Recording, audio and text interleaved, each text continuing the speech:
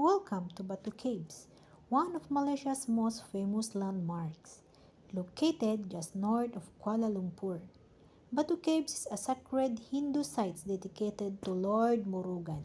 As you arrive, you'll be greeted by the towering golden statue of Lord Murugan, standing at 42 meters tall, the tallest of its kind in the world.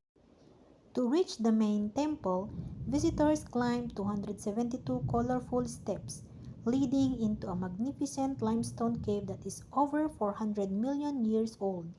Inside, you'll find a vibrant Hindu shrines, statues, and ongoing prayers, especially during the grand festival of Taipusam, which draws millions of devotees and tourists each year. Beyond the main cave, there are also the dark cave for adventure seekers and smaller temple caves filled with fascinating art and history. Batu Cave is more than just a tourist spot.